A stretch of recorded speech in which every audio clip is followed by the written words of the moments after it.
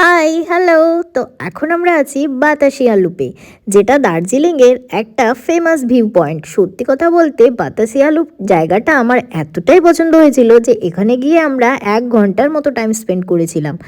1 ঘন্টা না, 1.5 ঘন্টার মতো অনেকক্ষণ ছিলাম, কত কিছুই যে করছিলাম। আর এখান থেকে টয় ট্রেন ঢোকার আর বেরোনোর যে ভিউটা সেটা দারুণ, মানে এত ভালো লাগছিল না। টয় ট্রেন একদম ধোঁয়া ছাড়তে ছাড়তে আসছিল, তোমরা কিছুক্ষণ পরেই দেখতে পাবে। তো এইখানেই কিন্তু টয় ট্রেন এসে ঢোকে, এখান থেকেই টয় ট্রেন বেরোয়। তো এই জায়গাটা আই থিঙ্ক তোমরা অনেকেই জানো, যারা যারা এসেছো। আমরা তো এখানে এই ফার্স্ট টাইম আসছি, আর আমাদের কিন্তু খুব ভালো লেগেছে, মানে দারুণ এক্সপিরিয়েন্স।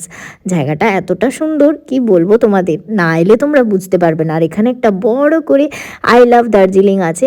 আর এই ট্রেন লাইনটা আমার এত পছন্দ হয়েছে যে এখান থেকে নামতেই ইচ্ছে করছে না। তবে জায়গাটা খুব ভিড় ছিল, একটু ক্রাউডই ছিল, তাতেও কোনো ব্যাপার নেই। এই ট্রেন ঢুকে গেছে, ঝিকচিক ঝিকচিক ঝিকচিক, দেখতে পাচ্ছ কেমন ট্রেন ঢুকে গেছে। উফ কি ভালোই না লাগছে। তবে টয় ট্রেনে চাপার এইবারে অভিজ্ঞতা তোমাদের সাথে শেয়ার করতে পারবো না, কারণ এইবারে আমরা টয় ট্রেনে চাপিনি।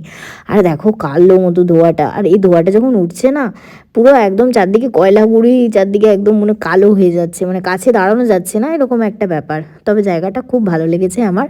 তোমাদের কেমন লাগলো এই জায়গাটা অবশ্যই কমেন্ট করে জানাবে। আর কে কে গেছো এই জায়গাটা সেটা কিন্তু কমেন্ট করে জানাতে ভুলো না। টাটা সবাইকে, পরে আবার নেক্সট ব্লগে দেখা হচ্ছে, টাটা।